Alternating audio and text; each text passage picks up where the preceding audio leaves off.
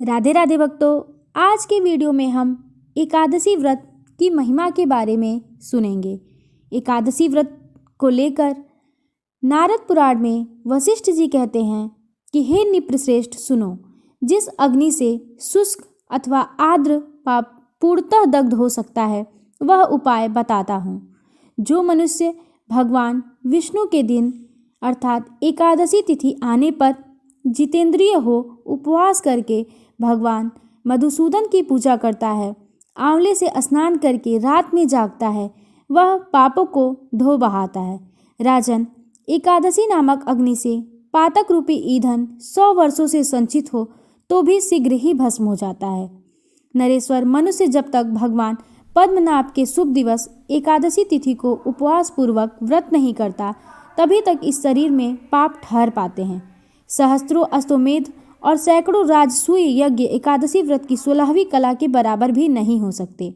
प्रभु, एकादश इंद्रियों द्वारा जो पाप किया जाता है वह सब का सब एकादशी के उपवास से नष्ट हो जाता है। राजन, यदि किसी दूसरे बहाने से भी एकादशी को उपवास कर लिया जाए तो वह यमराज का दर्शन नहीं होने देती। यह एकादशी स्वर्ग और मोक्ष देने वाली है, राज्य और पुत्र प्रदान करने वाली है, उत्तम स्त्री की प्राप्ति कराने वाली तथा शरीर को निरोग बनाने वाली है। राजन, एकादशी से अधिक पवित्र न गंगा है, न गया, न काशी है, न पुष्कर, कुरुक्षेत्र, नर्मदा, देविका, यमुना तथा चंद्रभागा भी एकादशी से बढ़कर पुण्यमय नहीं है। राजन, एकादशी का व्रत करने से मनुष्य भगवान विष्णु का धाम अनायास ही प्राप्त कर लेता है। एकादशी को उपवास पूर्वक रात में जागरण करने से मनुष्य सब पापों से मुक्त हो भगवान विष्णु के लोक में जाता है। राजेंद्र, एकादशी व्रत करने वाला पुरुष मातृकुल, पितृकुल तथा पत्नी कुल की 10-10 पीढ़ियों का उद्धार कर देता है। महाराज, वह अपने को भी वैकुंठ में ले जाता है। एकादशी चिंतामणि अथवा निधि के समान है, संकल्प साधक, कल्पवृक्ष एवं वेद वाक्यों के समान है। नरश्रेष्ठ, जो मनुष्य द्वादशी जो कि एकादशी युक्त हो की शरण लेते हैं वे 4 भुजाओं से युक्त हो, गरुड़ की पीठ पर वनमाला और पीतांबर से सुशोभित हो भगवान विष्णु के धाम में जाते हैं।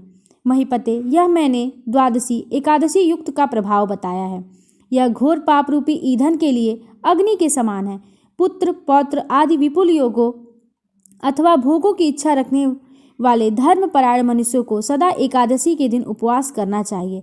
नरश्रेष्ठ, जो मनुष्य आदरपूर्वक एकादशी का व्रत करता है वह माता के उदर में प्रवेश नहीं करता, अर्थात उसकी मुक्ति हो जाती है।